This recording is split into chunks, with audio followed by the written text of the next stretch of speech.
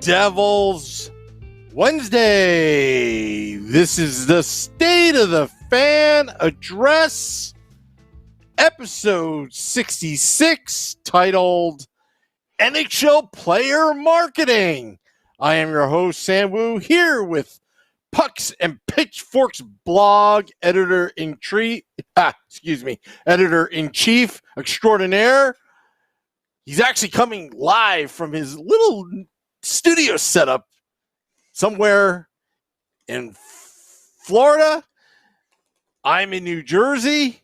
This is all powered by Nova Product Design on the Primetime Radio Network. Nick, we've got a fantastic podcast tonight. We always talk about it. Hockey fans always talk about it. Hockey's the greatest sport. How do we market it better? And everyone's got great ideas. You and I even talk about it off air in our spare time, behind the scenes. And what do, Nick? You go out and you got Saverina of 44Concierge talking about NHL player marketing, especially when the pause is going to be unpaused and we get back to play. So, Nick, explain this all to me.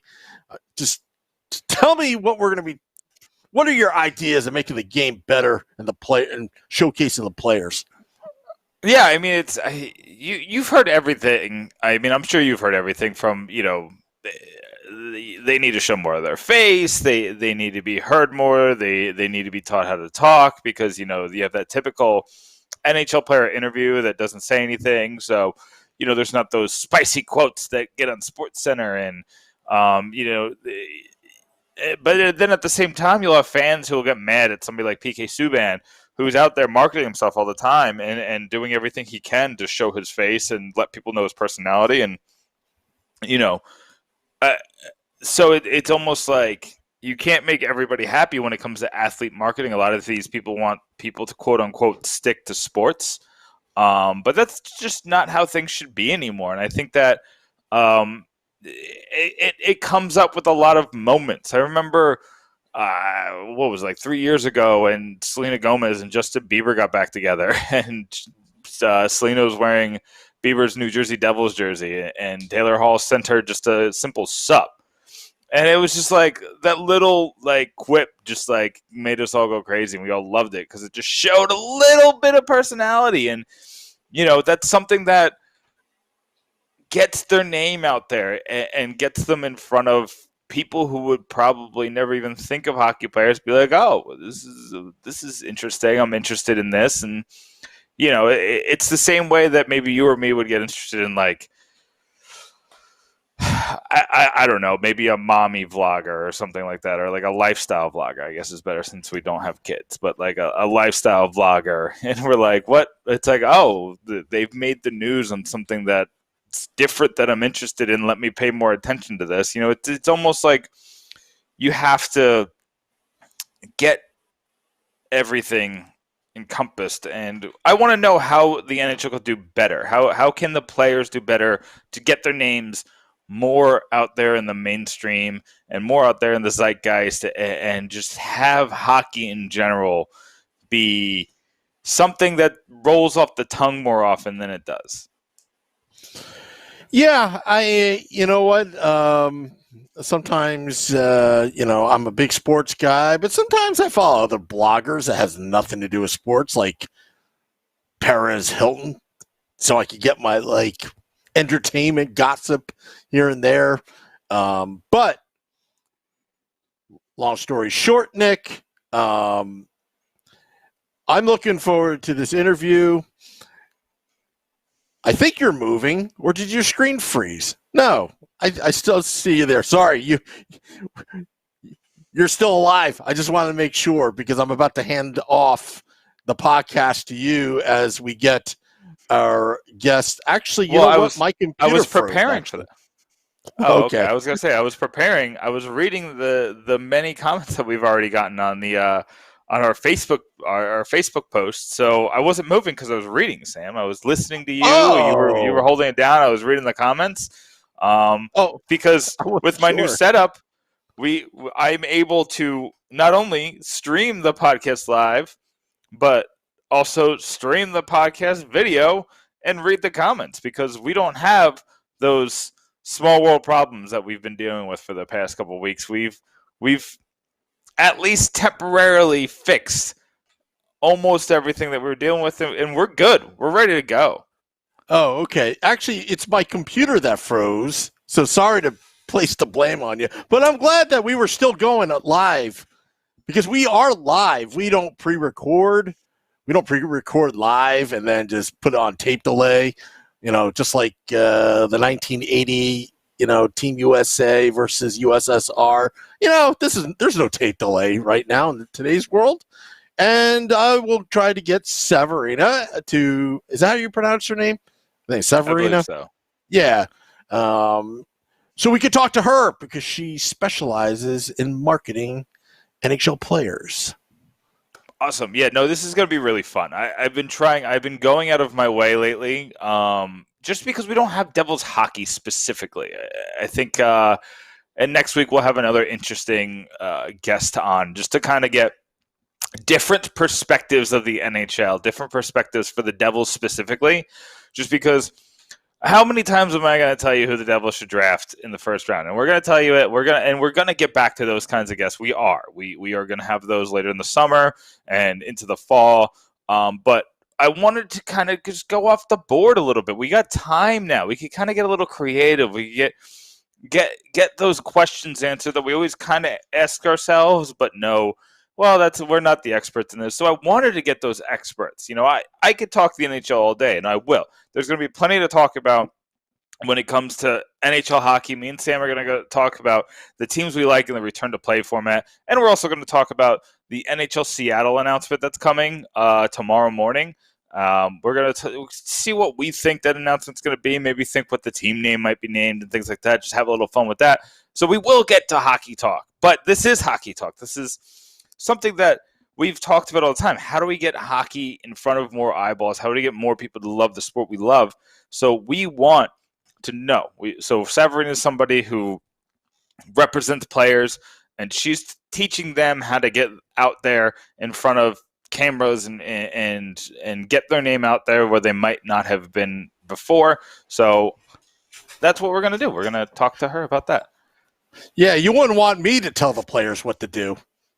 With that kind of stuff, you need a professional, because it's actually, honestly, Nick, it's actually a skill, because you have to act natural while you're doing it, but you don't want to make it look obvious that you're getting yourself out there. And a lot of players do it well, and then sometimes you see a lot of young players don't get so hot in the beginning because they really don't know, but then they get it. Like if you remember, I know we're talking baseball, Matt Harvey and his Qualcomm debacle, if you remember that. But Matt Harvey improved. But anyway, enough about baseball. Our next guest, who we're going to talk to, is an expert with this stuff about NHL player marketing. She works for 44Concierge. Her name is Saverina. You can find her on Twitter at SaverinaPR. Saverina, you're on with Sam and Nick. How are you tonight? I'm doing great. Thank you so much for having me. How are you guys doing? Oh, we're doing wonderful. This is, I've been talking to you for a couple of weeks, and just we were trying to find the right time to bring you on, and this just felt so right, because like we're about to get into the return of the NHL. Basically, we've been living without hockey, and these players have been living without hockey for, I guess it's going on 4 months now. And, the NHL is about to go one-on-one with baseball and basketball at the same time. So I'm very curious, you represent the athletes specifically, but I do want to kind of get your expertise on marketing in general.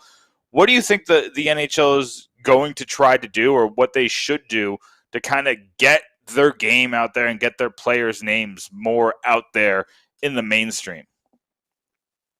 I think just really focusing on staying authentic, being there for the players, being there for the fans, and connecting the two. I think the big thing that we're going to be looking at is showcasing life in the bubble, because I think there's a lot of curiosity about what that would look like. Mm. Yeah. I know we got a little bit more of a taste today. Apparently, I guess there's some pre-scheduled outings that could go on. I know golf is probably a big one. Are those kinds of things you're looking at, kind of taking us fans on them with those outings, things like that? I think that, and just the bonding between the teammates, and then the opposing teams being in the same hotel together. I'm sure there's going to be some fun stories around that. I know there's a lot of talks amongst my clients. They're trying to start up some gaming leagues. Oh yeah, that'd be great. Yeah, as much more content as you can give us. We love the direct player content. I know Connor Carrick he started a podcast during the pause. I know other players have done more direct contact things. With the Zoom has become a big thing, and I guess that's I don't know if you want to call that social media, but I do know that these players have been more apt to use social media in the past couple years and kind of use that to build their brand. I'm curious of what you tell your athletes specifically about social media. How do you think that they should be using that as a tool going forward? I think they should just use it to connect with the fans, even if they have a little bit of help, interacting with them, acknowledging them, because then they feel more inclined to follow you, whatever you're promoting. They want to support. Like with Troshek, I've been working with him on growing his social media. He really wasn't a big social media guy. He posts like once every few months, and now he's more active, and the fans are more active, and it's growing more and more. So I would encourage players to be more active on there. Is that something you get some pushback on, or are players less? Are they less apt to jump into social media, whether it's Twitter or I don't know if Facebook works for them or what? Are they? Do you get some pushback on that, or are they usually pretty willing to try new things? I do. Some want nothing to do with it and would rather just have someone run it for them, or some don't want to be active on it because they get a lot of hate if they're not performing too well on the ice. They won't hear the end of it from fans. Do you get this? See, I get kind of like the same excuses someone with my co-host. I ask them to do something on social media, and they always give you this lame answer. Do you get this? Well, I don't like Facebook, or I don't like Twitter. I don't understand Twitter. Do you get that all the time, like I do? I do, yes. So, what do you say when they tell you that? Like, I don't get Facebook. Or I don't. What's to get? What do you say to these athletes when they're giving you this? Well, I just say, that's okay. I understand. For me, I think Instagram's a big thing, and that's where all the athletes on. That's where all the fans are on. So I kind of push for that, and then everything else, I just leave it to them. If they're not up for it at that time, then I leave it for another day. If that's the case, I'm just gonna make an Instagram and give it to my wife because I'm not good with the pictures, and that's basically everything Instagram is, right? Yeah, pretty much. Well, when you get a client and they come to you, and obviously they come to you with a very specific goal, they want to be more well known. They want to, I don't want to say more famous because I don't think that's the right word, but they just want to build their brand. Is something that we hear all the analysts say: build your brand, build your brand. They want to build the brand. So, what's the first thing that you say to your clients? They come in the office, they come to me at Saverina, and what's the first thing you say? For me, I just focus on building the relationship with them and their families, getting to know them, making sure that they're being authentic in their partnerships. I don't want them pushing things that they don't believe in just for the sake of making money. I want them to really believe in what they're promoting. I want them to be as involved as they like in the process.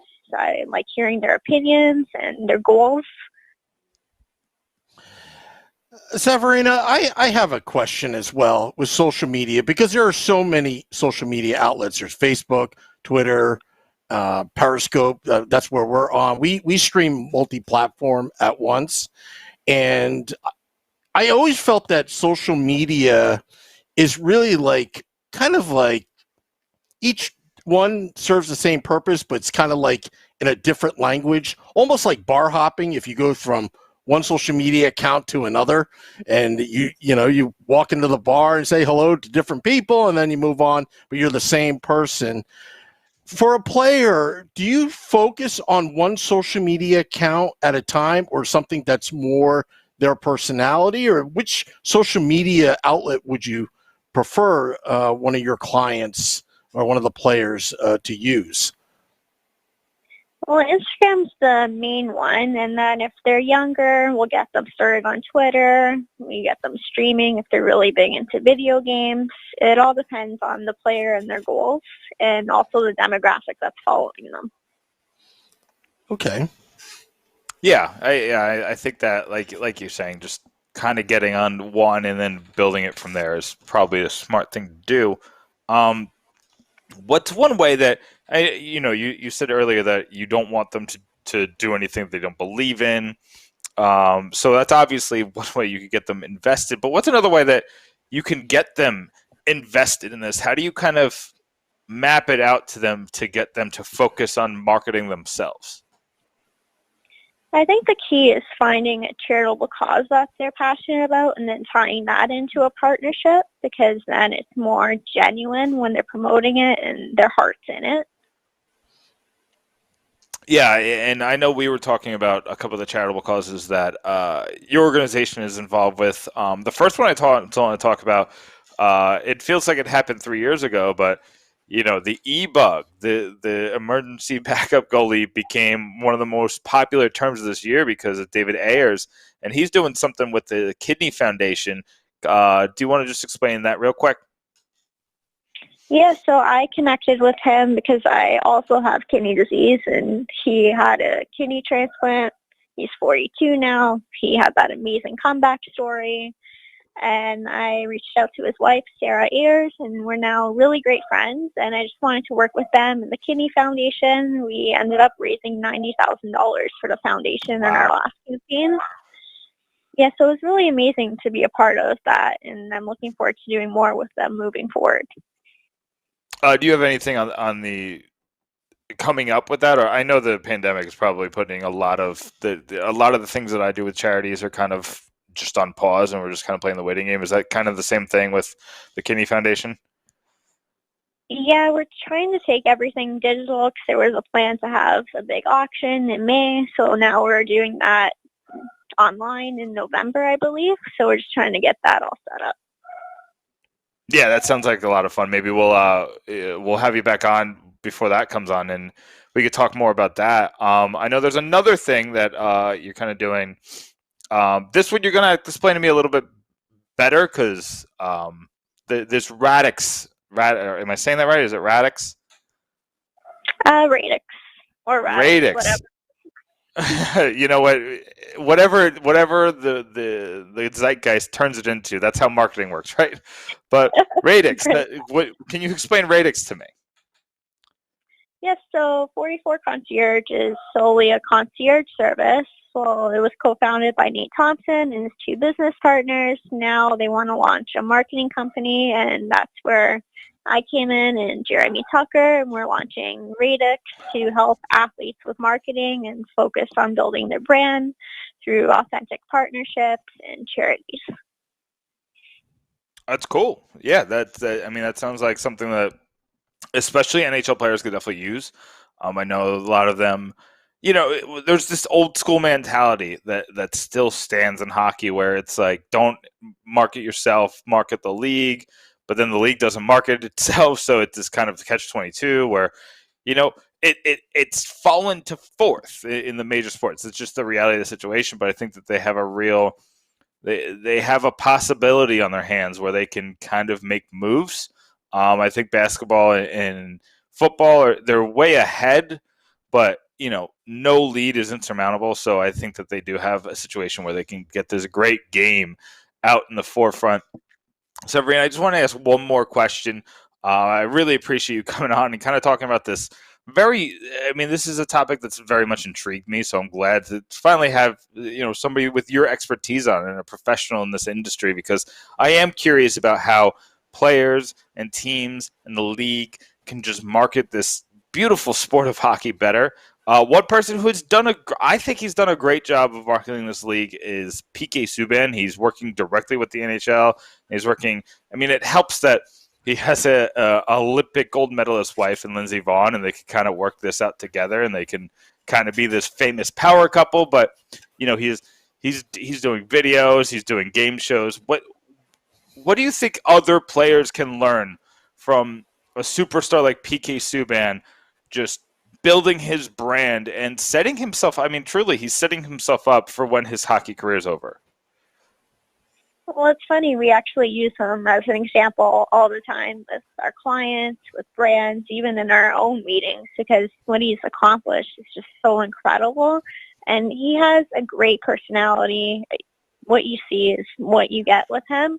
So if you can find players that have certain quirks and qualities, you really want to focus on that and see what separates you from everyone else and use that to really get yourself out there. Saverina, this has been amazing. Thank you so much for coming on. I'm serious. Contact us back when we get closer to November. We'll have you back on. We'll talk about making a lot of money for the Kidney Foundation and getting as much as we possibly can for David Ayers and his family, because that story touched just about all of us. But thank you so much for coming on and sharing your expertise, and we can't wait to have you on again. No, thank you for having me. It was a blast. Thank you, Saverina. Wow. At least I got my question in there about Beer Baron. I wrote in the Facebook Live, I need to hire this person to get Beer Baron to tweet. It's hard to get people on social media when you want them to. I mean, you and I are on social media, Nick. Yeah, it's so time consuming though. Tough. Sometimes you have to just get in the habit of, in your downtime, you just open it up, see if anything's interesting happening, hit a few retweets, talk with the New Jersey Devils fans. It is hard though. It's like exercising. All you need is 15 minutes a day. Split it 3 times, 5 minutes in the morning, before breakfast. Is that how exercising works? No, but, I'm just trying to break it down to where it's really not that hard. What makes it hard is the consistency. What makes social media, if you're consistent, there's a snowball effect. There are a lot of people on social media that are on there all the time, and they've got like 10,000 followers, and they're really a nobody. But you're wondering, how did this person has 10,000 followers? It's because they do one thing right. They're consistent. And it's tough because, who would be awesome on Twitter 24/7, 365 is our good friend Chico Resch. But I look at his Twitter account. He hasn't tweeted since 2018. I should ask him about that. Not to call out Chico Resch. At least he has a Twitter account, So, you know what? We'll help them out. The charity, the kidneys are absolutely important. So, just to be completely honest, I've done some work with some organizations that help kids with diseases. So, I don't want to be that guy that's like, oh, look what I do. But I do. You don't understand how many kids this impacts.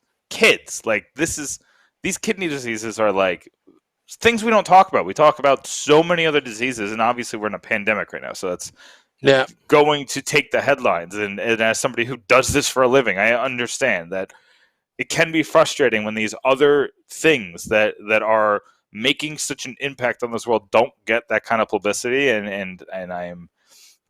But these kinds of diseases they're more common than you would think. And I do think that people like Saverina bringing it out to the forefront, and David Ayers raising money, using his celebrity for good and using a celebrity to bring money to an organization. Then obviously he has a vested interest in it, but he could have just gotten a kidney transplant, survived, and just lived his life. And and nobody would blame him for that. He doesn't owe these people, anything. But the fact that he spent his celebrity pushing for a greater cause, I think that's just something that you got to commend a guy like David Ayers for that. So that's an amazing story. Yeah. I love that story.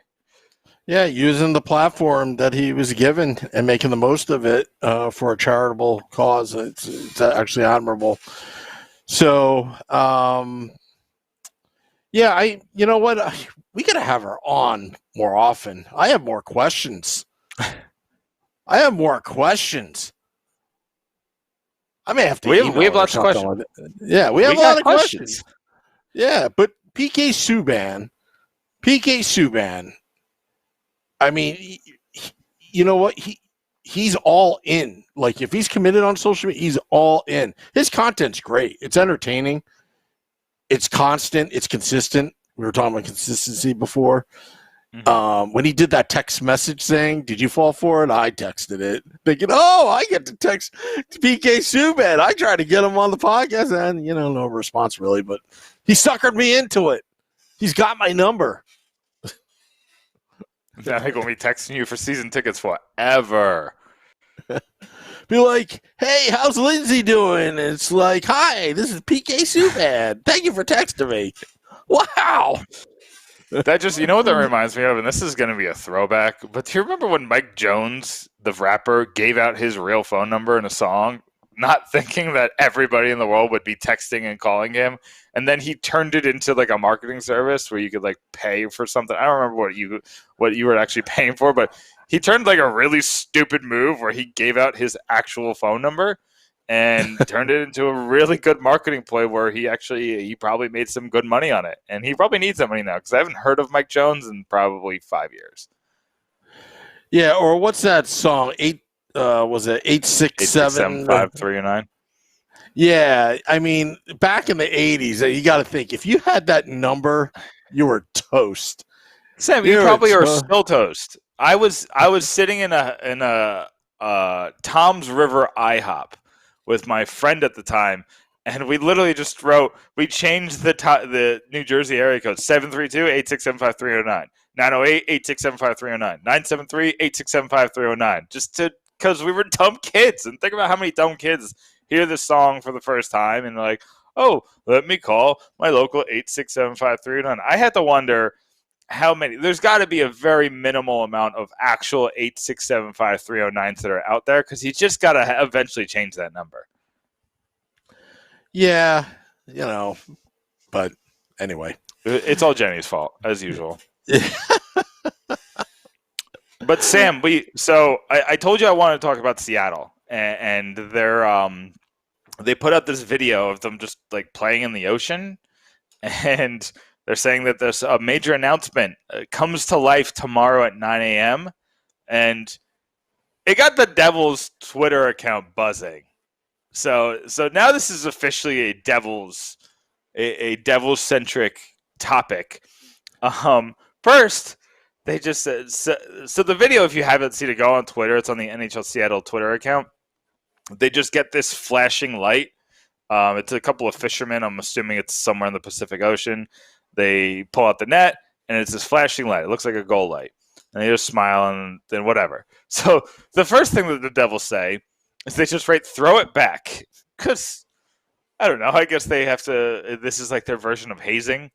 But They say, just gay, NHL Seattle, we're looking forward to cracking a few cold ones with you soon. So I think that's pushing ahead to their thought that it could be the Seattle Kraken. Although, here's my thought, because that's the name I want, Sam. I want it to be the Kraken, because I think that would just be such an awesome name, and there's so much you can do with it. So much you can do with the mascot and the fans and the chants and the colors and everything. But I now think that if that was going to be the name, I don't think the Devils would tweet that. So I want you to tell me, what do you think the name should be? What do you think the Seattle NHL team should be named? What mascot would you like? It would be, we should ask Facebook Live, Twitter Periscope, what you think it should be. For me, I have family in Seattle. I've been to Seattle. I was there in Seattle when grunge was like the thing. Remember grunge? Nirvana, Pearl Jam. Seattle is a very interesting city. You and I talked about other nicknames about Seattle, but I like to go with the Seattle killer whales. Don't they have killer whales out there? Out in the Pacific Northwest? I don't know. SeaWorld there? Oh, no, but I thought Willie was out there. Was that Free Willy? Isn't that a movie about a killer whale? Anyway, I would have it the Seattle killer whales. But then again, with killer in there, is that appropriate? I don't know. It's probably not great. I mean, I hope it's not the Seattle Totems. I don't think they're doing. Oh, yeah, I saw that one too. But I think with the ocean theme, I don't think it's going to be that. Seattle Oceans, Dan Rice. I saw Dan Rice, friend of the podcast, tweet that out. Seattle Pioneers from Mike Rossi in the Facebook chat. Mike Rossi says the Seattle Pioneers, Seattle Scorpions, Eric Selden. Oh, we got to get to this. Seattle Woos, David Decker. How do you like that, Sam? You know what? David Decker comes up with a good one every once in a while. I like that, Dave. I love that. By the way, if you need a Toyota, they're probably, because David Decker is an awesome salesman, they're probably out of inventory because he's that good. But if you need a Toyota, David Decker will get it for you. Go visit David Decker at Town Toyota. I will say, David Decker does not need Saverina because David Decker would be marketing it very well. If I lived in New Jersey, I'd be calling David Decker. But, David Decker, I can't say that one. Come on, David Decker. See, now you're hurting the marketing. You're hurting the brand of the red guy. I'm just kidding. You can't hurt the brand of the red guy. This is David Decker. Infallible. All he does, okay, you want to talk about PK Subban, but you want to talk about Superfan? David Decker is the PK Subban of social media for Devils fans. He's so popular around the arena. I just marvel. We have this podcast, Nick. Yeah, I get some attention, right? But no, they all go, all the fans that see him on the streets, like outside PJ Ryan's, they run to him. Oh, it's Red Guy. Hey, can I get a picture? And then you get a picture with him, a selfie, and he's like, yo. And you can hear him throughout the entire canyons. It's a big canyon. And it echoes. You can hear David Decker from a mile away. And then sometimes he has the bullhorn with Hardline Betty chanting, "Let's go Devils." Now, that's some kind of guerrilla marketing. And it's a fan that's not even really trying to do guerrilla marketing. He's that good that he doesn't even know it. Anyway, thank you, David Decker. But anyway, that's we got sidetracked by Seattle and David Decker and a lot of the good thing. Also, the funny thing is that Amanda Stein said some nice things about Seattle. The Devils just went up and called her a traitor. Amanda Stein just getting demoed by her own team. It's not nice, Sam. You can't be doing that. You can't. Don't be tweeting about Short Sky being a traitor, Sam. That's not a good look for you.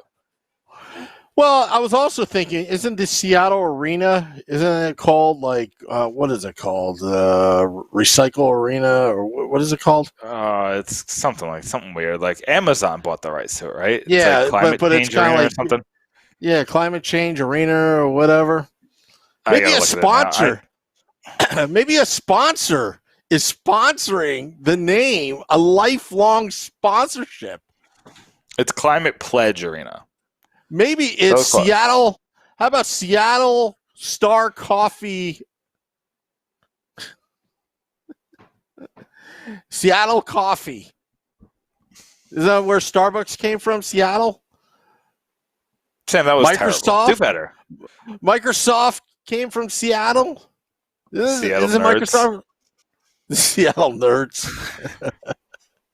Nerds. The Seattle nerds.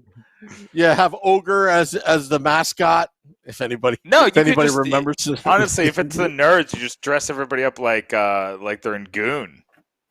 Well, not the new Goon. I don't want Sean William Scott Goon. Just burn that one, throw that one in the fire, and just act like it never happened. But no, yeah, with the old school glasses with the tape around them, I feel like that could work. Have Omega Moo night. Remember that? It could all work. Yeah, Omega Moo would be like ladies' night. Omega Moo night. And then every time you score a goal, you just play Revenge of the Nerds clips. Louis Skolnick. That'd be the Seattle Nerds. Seattle Nerds. Eric, don't do that, Eric. What, are they misbehaving in the Facebook? Yeah. Eric, you can't be saying that. Come on, that people. name has been retired. Burn that name. Come on. Also, just throw it in the fire. Seattle Roasters. Climate Pledge Arena. That's what Joe Stanzalow says. Yeah, I said that. You didn't hear me say it? I was too busy. You know what? My wife says the same thing. Yeah, I mean, my wife says that too, so I guess that's something we have in common. Yeah, yeah. So Seattle. Now, back in the day it was this Seattle Supersonics. Then is it the Seattle Sonics? No, I don't know. And then there's Seattle Seahawks. It's the Thunder. They moved. No, I know, but aren't they getting an NBA team out of this as well? I don't know. I think that's the goal, but I don't think that's nowhere near in. The Seahawks, the Mariners, but the best name is the Seattle Thunderbirds. That minor league ice hockey team. Forgot what league they are. Seattle Rain. Seattle Rain. Oh, I know that one. It's funny because David Decker, he's talking about rain. Anytime I'm in Seattle visiting family, I bring the drought. Like, I'm climate change over there. I literally bring the drought. Like, I honestly don't remember when it ever rained in Seattle. But they always say, oh, it was raining like 10 days straight till you came. Thanks a lot, Sam. Can you come to Florida? Because it rains a whole lot down here every single day. Although, it's Florida rain down here. In Seattle, it'll rain for days and, you don't see the sun. Here, it'll be sunny and raining because it's just going to, move on. And the cloud's not even big enough. It's not even big enough to cover the sun, but it's big enough to drop just buckets of water on you. It's but look how effective this social media marketing. While we're live, because we do things live, we switched from NHL marketing, and then we realized that Seattle's coming out with their name tomorrow.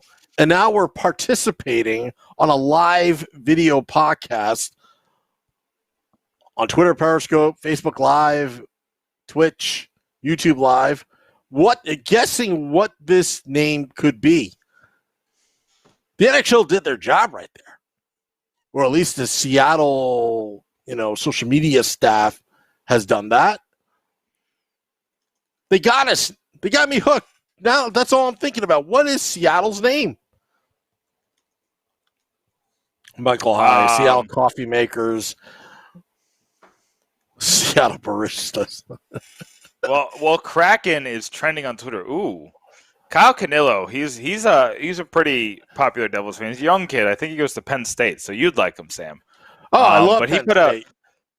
He put out a pretty interesting Seattle Kraken logo. I kind of like it. If you like logos, if you're big into logos, go on Kyle Canillo's Twitter page. He's got a pretty interesting one there. It's a big octopus, or it's squid. It looks like a squid holding a hockey stick, but the font of it's really nice. I gotta give it to them. It's kind of funny, Sam, and this is the other thing about social media marketing, and this is how hashtags happen and things kind of build. But I see like non-hockey fans talking about the Kraken now, and somebody just wrote, and it's with the Denzel like "phew" gif, where it just said "phew." I thought the Kraken had just been released. It's 2020 after all. So that's how you build it, and you get people who don't watch or listen to or think about hockey, thinking about hockey and tweeting about hockey. So, How do you spell Kraken? Kraken. See, and now you're learning stuff. You're learning stuff on the Let's Go. So it's Kraken. Yes. So, what do you think the new Seattle hockey team's name is? Are you reading out your tweets as you're tweeting them, Sam? Because it's a very old man thing to do. Oh, I thought this was because I'm live. It's very innovative. That you know what that reminds me of those commercials for I think it's Progressive, where it's like, now should you be speaking on speakerphone inside the store? Sam, should you be reading out the tweets that you're tweeting while you're live on a podcast? Do you think that's something you should do, or is that something that your parents would do? Anyway, should we play the game? We're not that old, Sam. Should we play the game? You're jumping the gun. We got to talk about Return to Play first. Okay, let's talk about it. Return to Play. Come on. So you threw me off with that. So you want to still talk about Seattle? No, it's fine. The conversation has finito for Sam Wu. Sam Wu is reading out his tweets. He's done with Seattle. He's not even waiting until 9 a.m. He's just going to sleep in tomorrow. But Return to Play, Sam, we're going to have, well, hopefully, we're going to have real, live NHL hockey next week. Have you read the schedule, I know. Sam? Yes, I have. So the schedule, it basically looks like it goes from around like noonish on Saturday all the way through the night. And I'm still just trying to figure out how I'm going to explain to my wife why our weekends are going to be spent indoors. There's a pandemic. Okay, well that there it goes. I have the built-in excuse. Men and women out there looking to tell their honey that, sorry, we can't go anywhere. We don't have to explain it this time. We can just sit in our butts and watch hockey from noon to midnight. And Sam, I'm so excited for puck to drop. I'm excited that I saw that I think there was only 2 positive tests this week. That's amazing. That makes me so happy that the NHL bubble situation seems to be working. You're always worried about when you're taking teams like Tampa and Florida and Dallas, places that are in hotbeds right now, and you're putting them into Canada, which is not a hotbed. You're always worried about the ramifications of that, but it looks like that the players and the team rep and the team staff and the media members were all very careful, and they did their job. I mean, their job was much different this year because their job entailed also being responsible. I think a lot of them knew that it only took a few of them to mess up to really throw this thing for a loop. And I'm not saying that those who got it were irresponsible, but I am saying that if a lot of people were irresponsible, a lot of people would have gotten it. And the fact that we're down to 2 cases on all these tests shows that we're going to be in good shape, and we could avoid that situation where Sidney Crosby is about to play Game 6 of the conference finals and he tests positive. And then what do you do? What do you like? How do you make a decision in that situation? Or, Connor McDavid, if he tests positive in 2 weeks and it's Game 5 of that first round, are you really going to take the best player in the world? Like, how are you going to make that decision? So them being careful, them being responsible, and then making good decisions like that is leading to us getting hockey next week. And, I think that's amazing. The fact that we are going to get we're going to get NHL hockey. I almost said New Jersey Devils hockey. That absolutely positively is not happening. We're going to have to wait till a minimum of December until we see New Jersey Devils hockey. But the fact that we're getting hockey next week, Saturday, August 1st, I'm excited. Are you excited, Sam? I'm very excited. August 1st. I mean, remember, Hockey Day in America or Hockey Day in Canada. This is going to be Hockey Day in the world. Yeah. We're all in this together. This August 1st, when I looked at that, you asked me before, did I look at the schedule? I marked August 1st as the biggest milestone in the sport because it's the amount of effort that the NHL put together. And you know what? There were a lot of unknowns, and there were a lot of cities that were selected. That could potentially have been one of those hub cities. But what Gary Bettman did and Bill Delia, now we have been critical with them with this whole draft and all that, but they really put the players first, and the players really, really stepped it up, as well. Following protocol and whatnot. The other thing, too, I want to also say, Marc-Andre Fleury. I saw a tweet out there. Guy's been in the league for, 15 years. Is it 15 years now? 13 years in the NHL. What year was he drafted? Was he 03? Was he 03? 03? Yeah, first overall. Yeah, imagine that, a first overall pick as a goalie. Yep. It's funny. And even now, in a hub city, he's still picking up the pucks after practice. Yeah. And it was just like, that's what, when I read that tweet, I'm like, you know what? This is what hockey's all about. Just that little, common thing. It's like one step further, get back to normalcy. But Marc-Andre Fleury, throughout his career, has just been the humility, very humble, player. Very talented goalie. You think about Fleury and all he's been through. I mean, he was left for dead. We thought he was holding the Penguins back for a couple of years there. And then when he went to Vegas, he kind of just turned it around again. I mean, people were clamoring for just about anybody to take over the net in Pittsburgh. And obviously, Matt Murray took over the net and brought them to a Stanley Cup and won a title for them. So that's, obviously that means something. So, but, you got to give it to Fleury, taking an expansion team to the Stanley Cup Finals in their first year together. And obviously, it wasn't just him, but if you don't have the right goalie that season, then they don't go anywhere. And it was funny. I remember. I got to remember the publication. I forget maybe it was Ryan Lambert. I don't know. Maybe it was Puck Daddy or Yahoo, but no, I don't. Anyway, somebody that year did is this team going to be better than the Vegas Golden Knights? Because the Vegas Golden Knights were supposed to be like the bottom rung. And most teams, almost every single team was predicted to be better than the Vegas Golden Knights.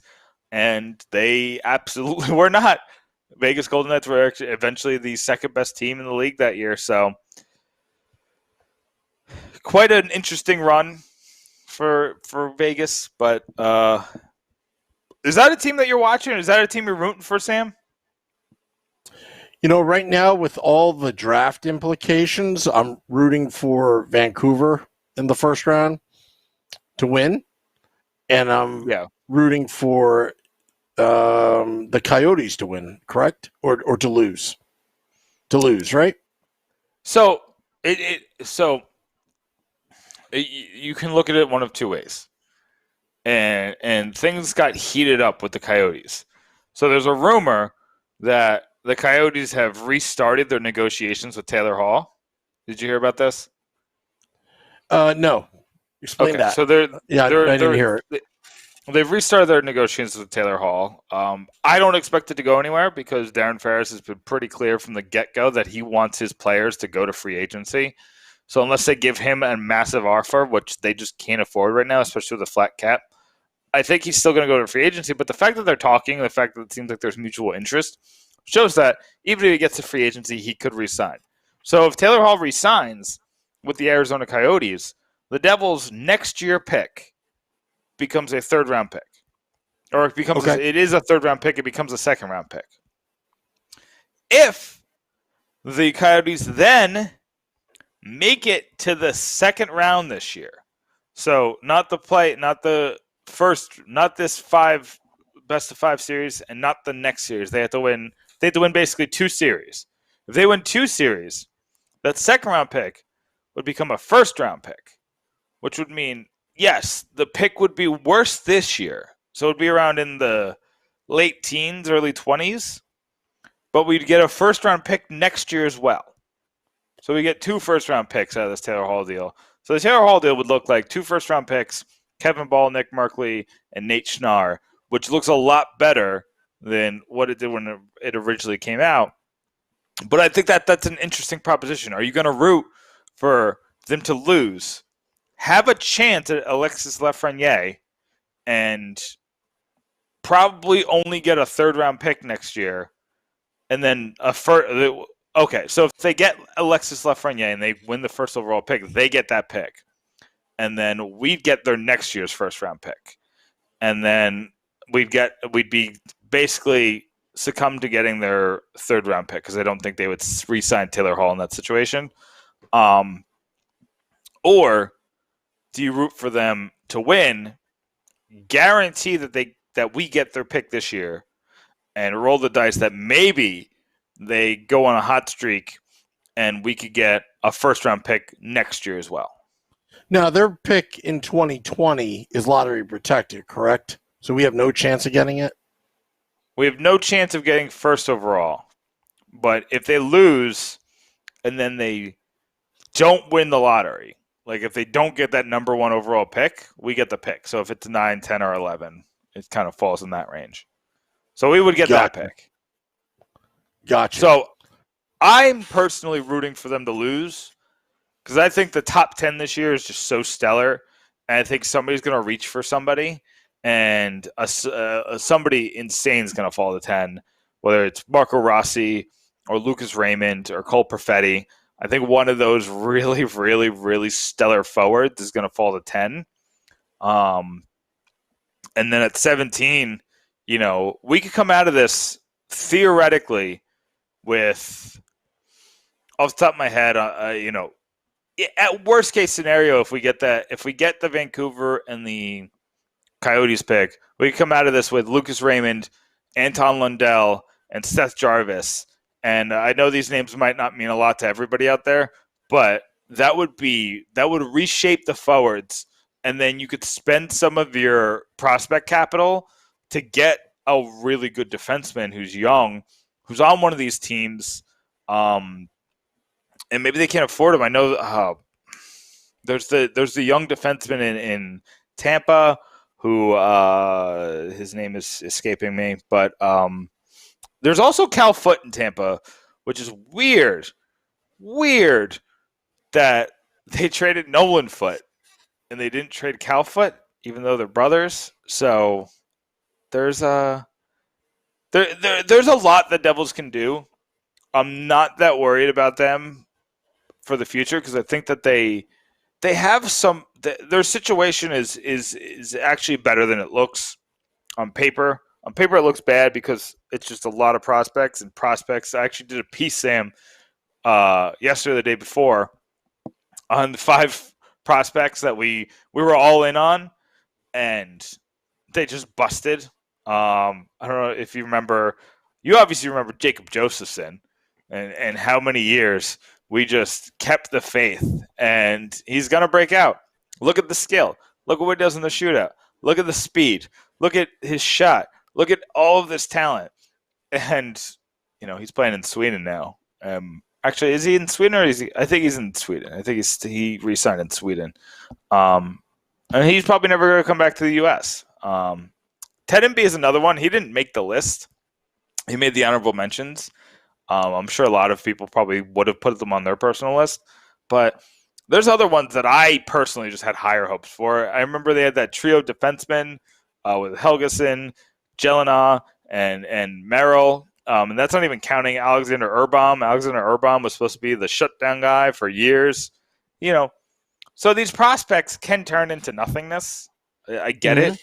But I think we've learned with how teams have built their dynasties over the past couple of years that you just have to have more and more and more cracks at the talent pool. I think the Devils are doing a good job of that. They have a lot of prospects. They're missing, outside of Ty Smith and Jesper Boquist, they're missing a couple sure things. But having 30 players who look like they have NHL talent is not a bad thing. Yeah, in matter of fact, Chico Resch on the Sunday podcast last Sunday mentioned something. For those that were listening, he made a big compliment to Ty Smith, and said that the people he talked to said that second half of this past season, he started to turn it on. Like a lot of the things that he was criticized for was starting to turn around. During training camp and all that, he was overwhelmed, whatever. So don't forget, it's not just Kevin Ball. There's Ty Smith, and Chico posed a question to us. Well, what would you do with all these picks? And I know Scotty and I were really into keeping the draft picks and build through the draft. I mean, you can theoretically get a winger, a defenseman, and a goalie if you're able to have three first-round draft picks in the top 15. Will it be the top 15? Would Vancouver's pick make it the 15? It would be like 16 or 17. Yeah, but in the top right 20 there. In a deep draft. So, and would you trade them these draft picks, for better players? I wouldn't want to do that. You need to build your core nucleus before you start to get like real players into the mix. Otherwise, the foundation's not there. You want to get superstars that come in. Like, remember when Alexander McGillney, when Lou Lamoriello traded for him, the core was there. You don't trade or get Alexander McGillney at that time to build around out of nowhere. It just doesn't work that way. So, but I personally like building through the draft. A lot of people have been saying Raymond. I see a lot of people thinking Holtz as a possibility with that 7th overall pick. It could be anybody, but you know what? You can't really go wrong, with them. I know, the debate about Drysdale. I know you're part of that debate, Nick, and all that, but you know what? You talking about Sanderson? Yeah, that's it. Sorry. I'd be happy with Drysdale. I know a lot of people they're getting down on Drysdale, which is funny. And I get it, because he's not Cale Makar, he's not Miro Heiskanen, he's not. I've said this. He's not even Quinn Hughes as a prospect. The defensemen are just not. They're not there this year, but he's still the best of the bunch. And if you get the best of the bunch at 7, I think, isn't that where Moritz Seider went last year, the guy with the Red Wings? So, people will reach on defensemen in other years. This year, if this causes him to drop, I'd be happy as all heck if the Devils went for Drysdale at 7. Yeah. So, sorry, I got players mixed up. No, you're fine. I can't keep track of your opinions on players, but I do go on Pucks and Pitchforks all the time. There's a lot of opinions on there. Vinny Parisi, that guy's a writing machine. He's been writing a lot, and I'm going to do a little push towards the end of this month. You're probably gonna get 10 articles out of me from now until August 1st. So that's gonna be a lot of fun. Lots of fun little slideshows. I know some people don't like the slideshows, but I try to at least make them not clickbait. they're at least informative. There's a lot of facts going into it, and there's a lot of information that maybe you didn't know at the time, or try to dive down deep into those things. And I did that with a prospect report. So I get it. I get that slideshows aren't everybody's thing, but they're effective and they're fun, and that's basically all it's for. But there's going to be a lot of them coming to the Pucks and Pitchfork site. We've had a pretty good month. You guys have been interested in the trade talk. We've been, us, Sam. We're going to dive on every rumor and see if the Devils can jump into it. And we're going to give you our honest analysis. Do I think that the Devils are going to trade for Brock Besser? No. I think I've said this before on this podcast multiple times. I think it's more likely they're going to go after a player like Patrick Laine, because I think Patrick Laine just fits better. But I'm still going to write about Brock Besser. Vinny's still going to write about Brock Besser. We had Mike Lucci write something, and David Leibowitz he's talking about the weird New Jersey Devils history. He's the history guy. And we have him coming on the podcast a little bit later to do the game. And I have a game tonight, Sam, that I think you're both going to be very into. I think you're going to laugh at the depths of game shows that I've dug into to get my motivation for this game. I'm very excited about it. Oh, yeah? Well, I like David, but I also like to plug something because you were plugging the Pucks and Pitchforks blog. The Let's Go Devils podcast, we do these live video podcasts on social media, but we're on Apple Podcasts, Google Podcasts, iHeartRadio, Spotify, you name it, we're probably there. And before the pause, everybody was listening on the way to work, and once work stopped, the commute to New York, the downloads went down a little bit, right? But it held steady. But let me tell you, Nick, lately, you could tell it's summertime. People are getting around, even during this pandemic. We got a lot of downloads. We are now lifetime downloads at 77,697 downloads. Yeah, and it's just right. Like the last 3 weeks, it's been rising. And do you know which town in New Jersey is the number one town to listen to the Let's Go Devils podcast through Apple Podcasts and Google Podcasts and iHeart, Spotify, you name it. And I want to know where everyone's from in the Facebook Live and Twitter Periscope. Can you guess what city in New Jersey? Yeah. Name 5 cities. Parsippany. That's a good guess, but no. Short Hills. No. Those people are too rich to listen to podcasts. Yeah, we're not that high class. Union City. No. Is it a big city, or is it like New Jersey? New Jerseyans only know this city. It's a known. If you're from Jersey, you probably have heard it, especially in North Jersey. New Brunswick. Nope. That's too big of a city. East Orange. Nope. Okay, so that's 5 guesses, right? What about Livingston?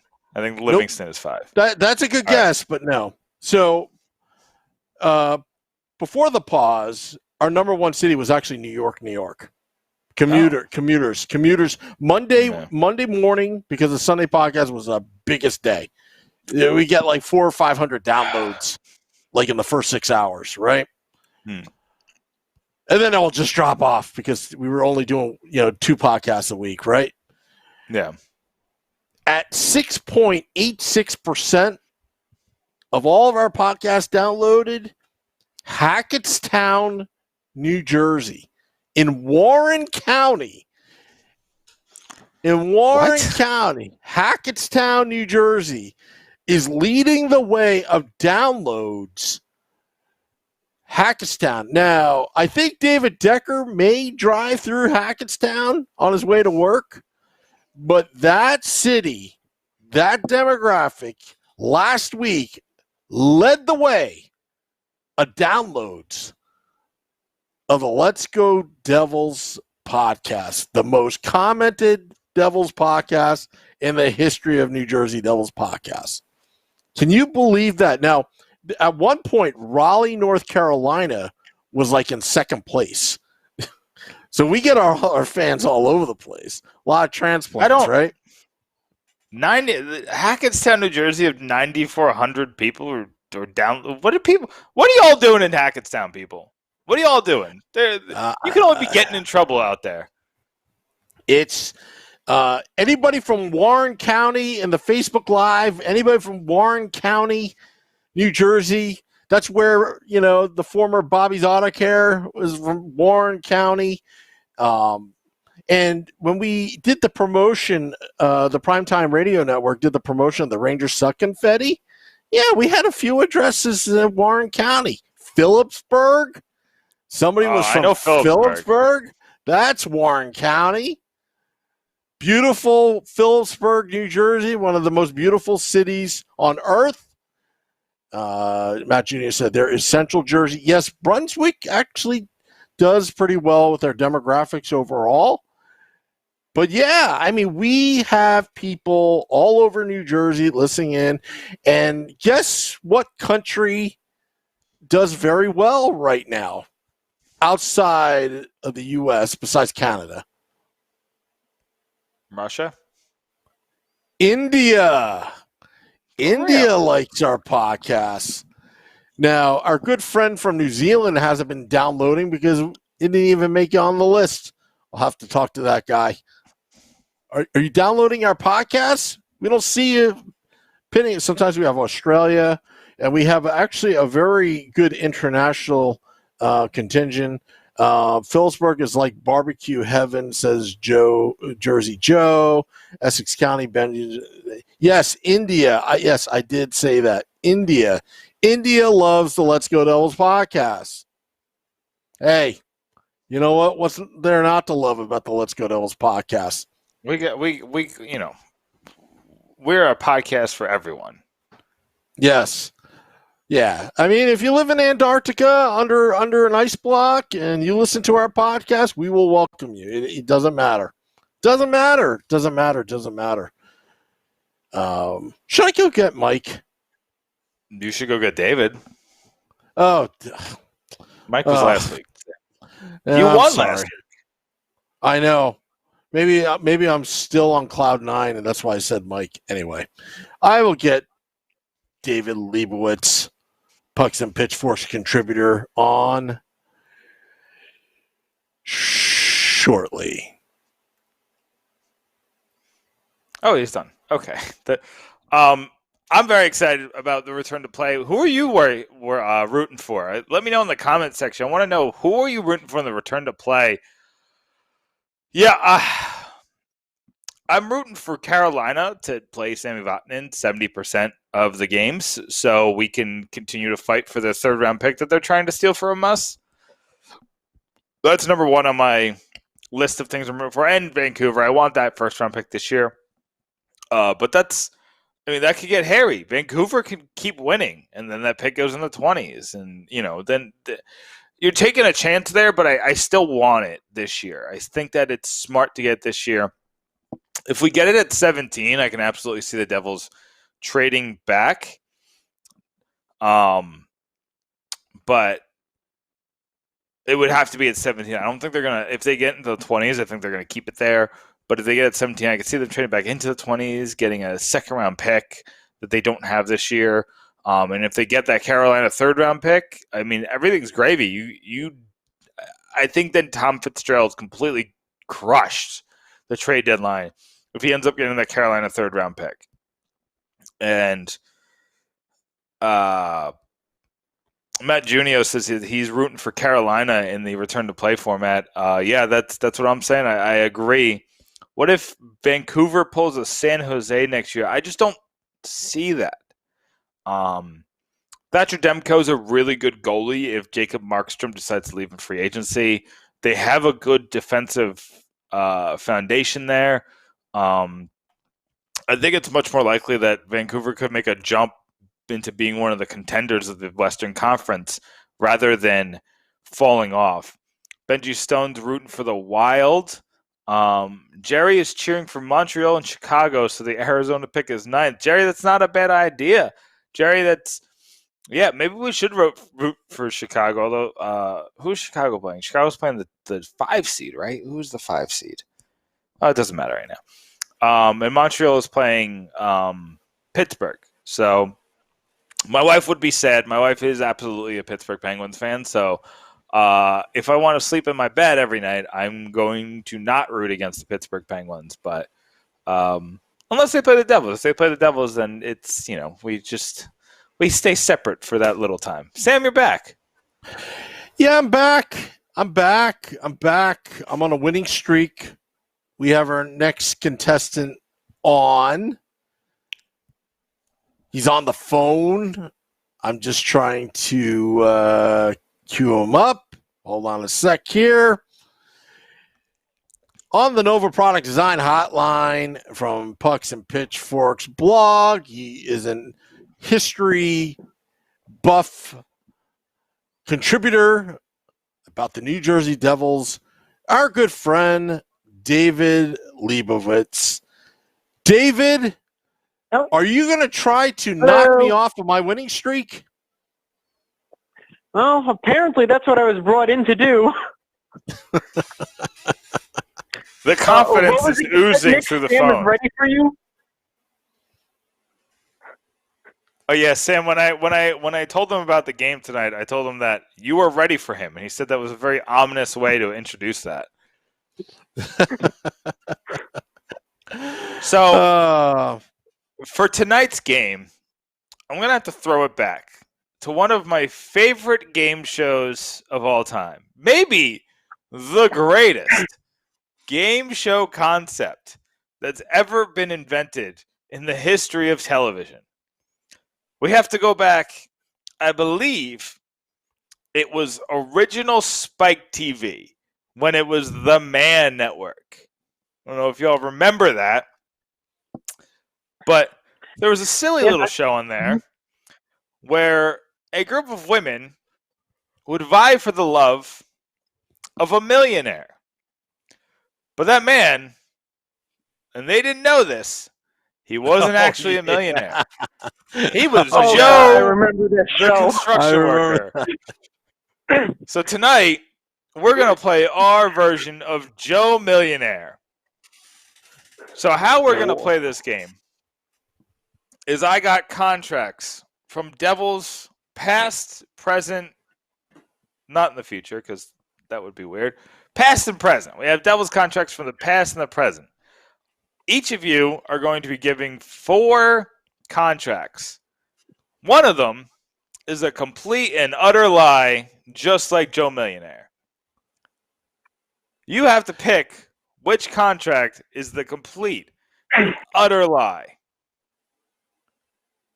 Are we ready?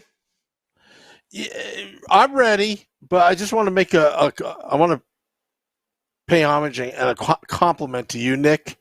Your games are original. That's true. I just hope people just don't copy your originality because it's just so good.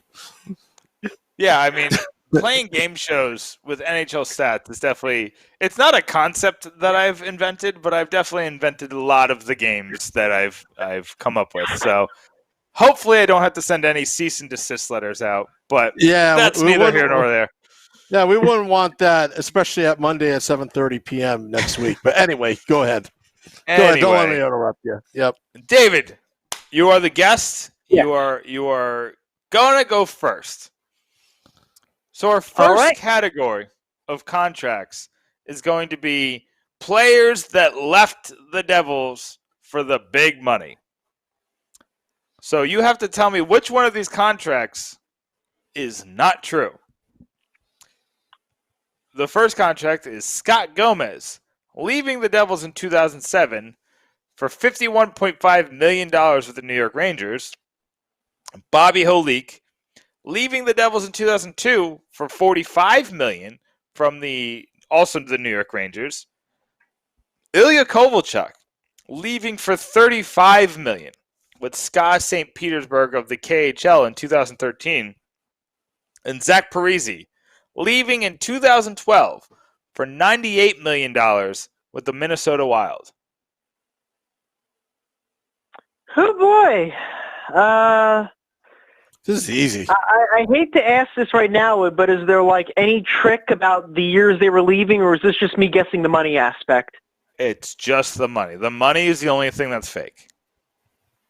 Okay, so we're not dealing with any backdoor, oh, he actually left in 2005 and you didn't notice kind of nonsense. Okay. No. We don't try to trick you on the Let's Go Devils podcast, David. Our games are legitimate. They are straightforward. You charged me tax once. I did. Yeah. Okay. We'll explain that later, fans. I'm going to go ahead and say I think the whole league contract is off. No.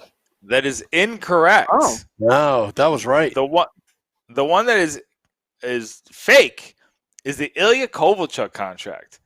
He only signed for $17.8 million when he went to Russia over, I believe it was a 4-year deal. So he was actually about to make a lot more money if he just stayed in New Jersey, which Devils fans just twisting the knife a little bit more. But, so Sam, you have a chance to take the lead. Ooh. So your category is player contracts after a holdout. Scott Niedermayer signed a $16 million deal after missing 19 games at the start of the 2000 season. Jason Arnott signed in the same week, also missing 19 games. He got a $6 million deal. Miles Wood signed a $10 million deal after missing most of the 2018 preseason. Martin Brodeur signed a 3-year, $5.3 million deal after a very public dispute between his agent and Lou Lamoriello after the 1995 season. And this is based on numbers? Yeah. I remember all those incidents.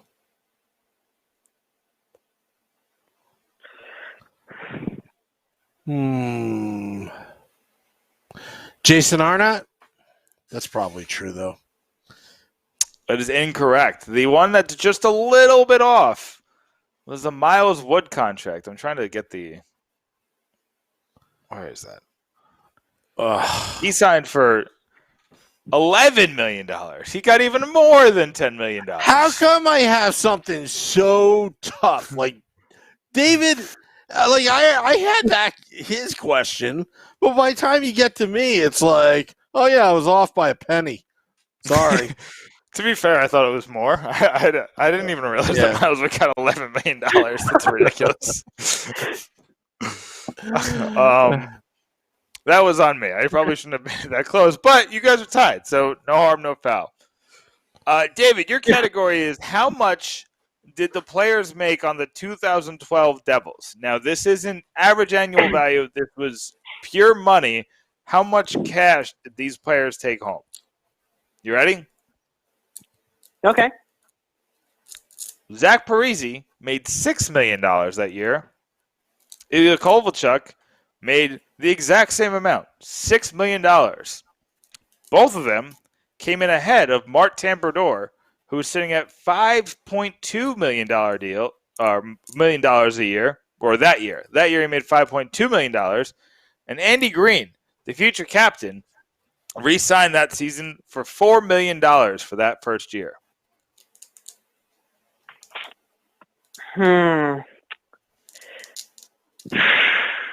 Talking 2012.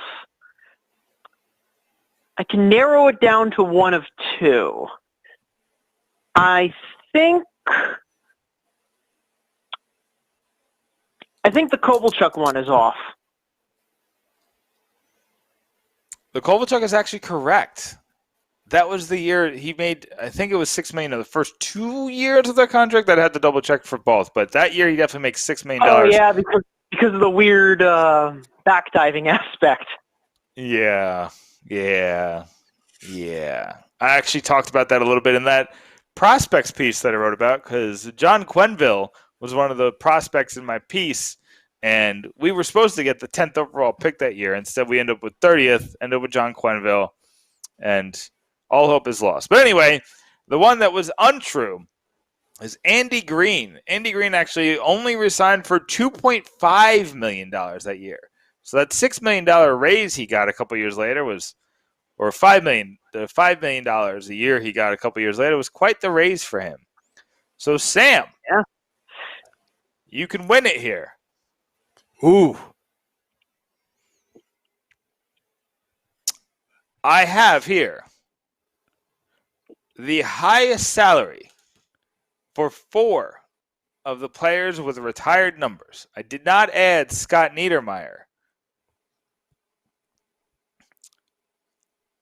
Patrick Eliash's most expensive contract was $8.5 million in 2007. Martin Brodeur's most expensive contract was 6.9-ish. There was some semantics in 2004, about 6.9 million. Same goes for Scott Stevens. He made 6.9 million in 2004. You know how Lou loves to just repeat them numbers over and over again. Ken Danico's most expensive contract came in the year 2000, his final year with the team, where he was making $2 million a year. Sam, which one's the lie? Wait a second. Danico's 2003. Okay, well, his most expensive contract was in 2000. You're right. Okay, you said last year, so I was looking for the little tricks. You know how you were like 1 million off with that Miles Wood one. I think the Patrick Elias one is false. You're right. He made $2 million in 2003. I just wrote the wrong year down, so I apologize for that. But you are correct. The Patrick Elias one is wrong. He made $7.5 million that year. So, despite the malarkey that you claim, you are the winner. Really? Really? I'm the winner? Oh my goodness. I'm on a streak. I'm on a winning streak. I'm on a winning streak. I'm on a winning streak. Nobody can beat me. Not even David. Oh. Sam, I have to ask. Yes. The tiebreaker question was, what were the career earnings for Patrick Elias? Do you think you could come close? Oh, in terms of like total cumulative? Yeah. Cumulative. Let me think about this one. Will David get a guess? Sure, why not? David, what do you think? Yeah. Cumulative earnings for Patrick Elias. Yeah. Oh, damn, that's a hard one. Let me see. I'm going to say 83 million. Although I still think that's kind of high. Because Lou used to rip them off till they're 31. You know? So maybe that's a little too high. I changed Players it. they had to 63 million. Players had to go to the Rangers to get the contract, then put it on Lou's desk, or he wouldn't sign up to it. Yeah. David, what do you think? That somehow sounds both low and high. It's just weird because he played for a very, very long time, but he never really made star player money, at least compared to the other stars in the league. So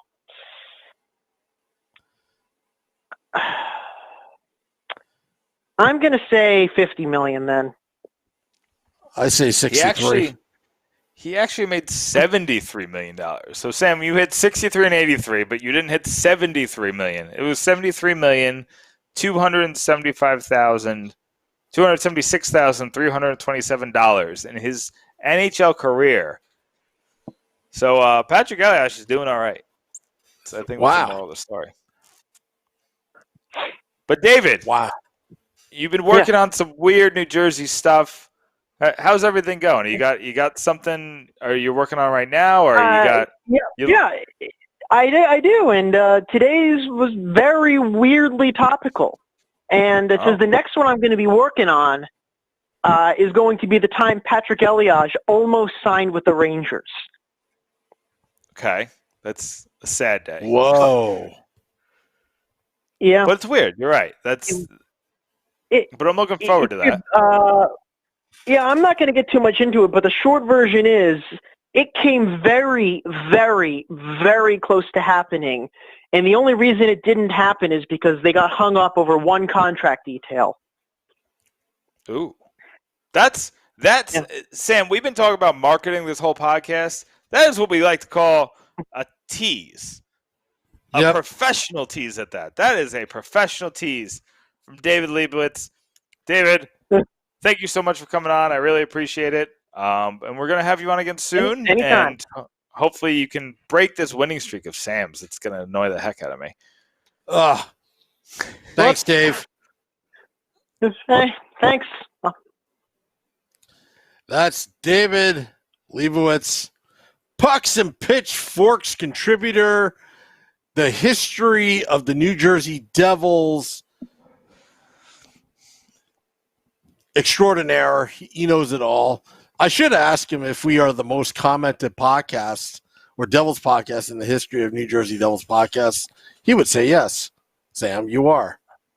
And he'll write a story. We broke 300 comments tonight. People were talkative in the Facebook chat. 300. What about Seattle's name? Talking about marketing NHL.